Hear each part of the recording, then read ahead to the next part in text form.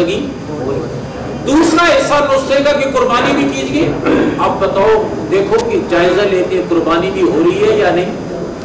امام الانبیاء صلی اللہ علیہ وسلم کی جان نثاروں کی جان مال وطن کی قربانیوں کی طویل داستان ہے.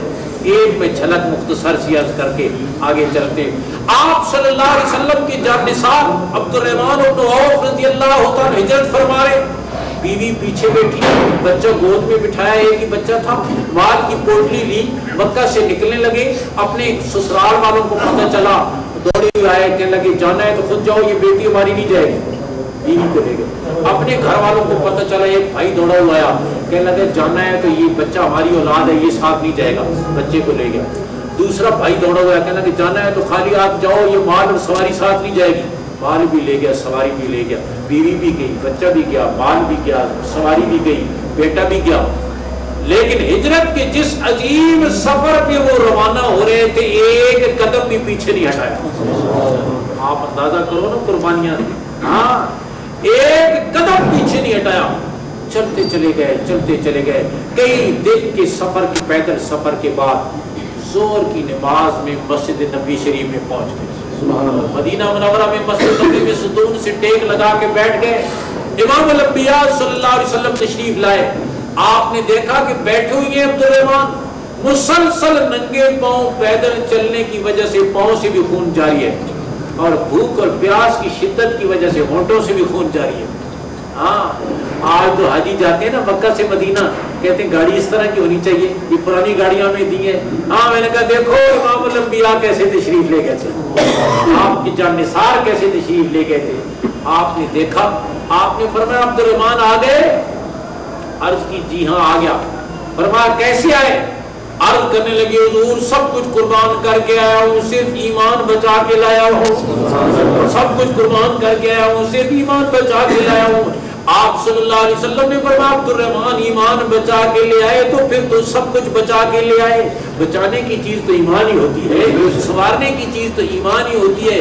تو میں نے عرض کیا ان قربانیوں کی طویل داستان ہے کہ جسم کے ٹکڑے کرا کر بھی صحابی یہ فرماتے ہیں کاش میرے بدن پر, عبداللہ ابن حذافہ صحابی فرماتے ہیں کاش میرے بدن پہ جتنے بال ہیں اتنی مجھے زندگیاں ملتی, ہر زندگی کو میں قربان کر دیتا, ہر زندگی کو. امام الانبیاء مال کی اپیل فرما رہے ہیں. صدیق اکبر رضی اللہ عنہ گھر میں جھاڑو پھیر کر تشریف لائے. آقا نے پوچھا ابو بکر گھر کے لیے کیا چھوڑا. عرض کرنے لگے حضور اللہ اور اس کے رسول کے نام کی برکت چھوڑ کے آیا ہوں. میں نے گھر کی کچی دیواروں پر ہاتھ پھیر کر دیکھا, میرے گھر کی کسی دیوار میں سوئی لگی ہوئی بھی باقی نہ رہ جائے. سب کچھ آقا کے قدموں پہ پیش کر دیا. تو جان کی قربانی ہو رہی ہے, وطن کی قربانی ہو رہی ہے, مال کی اولاد کی قربانی ہو رہی ہے. تو معلوم یہ ہوا کہ نسخے کے دونوں حصوں پر عمل, پورا عمل ہوا.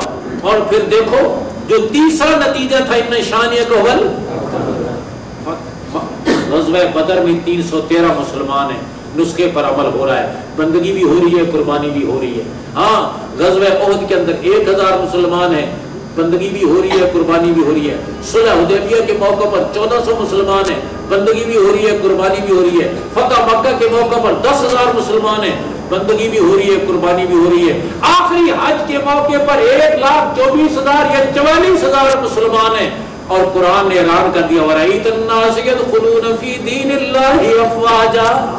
آپ نے دیکھ لیا کہ فوج در فوج لوگ اسلام کے اندر داخل ہو رہے ہیں. اور فتح مکہ کے موقع پر ہی امام الانبیاء صلی اللہ علیہ وسلم آج اس شہر میں داخل ہو رہے ہیں جس شہر کی گلیوں میں کل بلال کو گھسیٹا گیا تھا. آج آپ صلی اللہ علیہ وسلم 10,000 جان نثاروں کے ساتھ تشریف لا رہے ہیں. کفر کے ستون لرز رہے ہیں, کفر کے ستار گردنیں جھکائے ہوئے آپ کی ابرو کے اشارے پہ منتظر کھڑے ہیں کہ ابھی نبوت کا اشارہ ہوگا, یہ چمکتی ہوئی تلواریں ہماری گردنیں تن سے جدا کر دیں گی. سر جھکائے ہوئے مجرموں کی طرف سے کوئی آپ کا راستہ روکنے والا نہیں ہے. لیکن آپ صلی اللہ علیہ وسلم نے اس دن بھی عفو اور درگزر سے کام لیتے ہوئے سب کو معاف فرما دیا. اس شہر میں آپ داخل ہو رہے ہیں جس شہر کی گلیوں میں یہ ستایا جا رہا تھا آپ کے جان نثاروں کو, تو نسخے پر عمل ہوا اور ان شانیہ کا حول ابتر، دشمن گمنام ہو گیا. یہ نتیجہ بھی اللہ نے دکھا دیا. آج بھی میرے دوستوں امت کے حالات یہی ہیں. مسلمان پٹ رہا ہے، مسلمان پس رہا ہے، حکمران جوتے چاٹ رہے ہیں کفر کے، ان کی کاسہ لیسی کر رہے ہیں، اور مسلمان دبے بیٹھے حکومتوں کے وسائل کے باوجود. آج بھی قرآن پکار پکار کے کہہ رہا ہے، جب 1400 سال پہلے مسلمان قسم کرسی میں تھے، انہوں نے فصلی لربک وانحر پر عمل کیا اور ان شانے کا والابتر کا نتیجہ اپنی آنکھوں سے دیکھ لیا. آج تم بھی اس نسخے پر عمل کرو، نتیجہ اپنی آنکھوں سے دیکھ لو. انشاءاللہ دعا کرو اللہ ہمیں اس پر عمل کی توفیق نصیب فرمائے، قرآن مجید سے مضبوط وابستگی نصیب فرمائے، قرآن مجید سے مضبوط تعلق نصیب فرمائے. آج میرے دوستو قرآن سے دوری ہوگی، حضور صلی اللہ علیہ وسلم کی ذات سے دوری ہو گئی.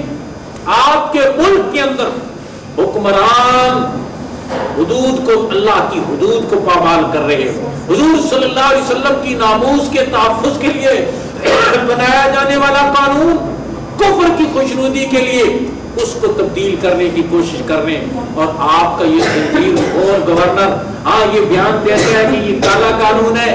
ہم نے کہا کہ تو خنزیر کا گوشت کھانے والا ہے، وہی چلا جا جہاں خنزیروں کے فارم اور کثرت سے جہاں خنزیر ملتے. پاکستان کی سرزمین حضور کے غلاموں کے لیے، آپ کے ماننے والوں کے لیے، وہ یہاں رہتے تھے، رہ رہے ہیں، اور انشاءاللہ قیامت کی صبح تک یہی رہیں گے. ذلیل و خوار ہو گئے. آج مشرف جو یہاں ظلم کے پہاڑ ڈھاتا رہا، آج چوہے کی طرح ذلیل ہو کر دنیا میں زندگی گزار رہا ہے. اس کے محل کے دروازے اس پر بند ہو گئے، اور ملا آج بھی اذانیں دے رہا ہے، قیامت تک دیتے رہے. یہ مدارس اسی طرح قال اللہ اور قال رسول کی صدائیں بلند ہوتی رہے گی.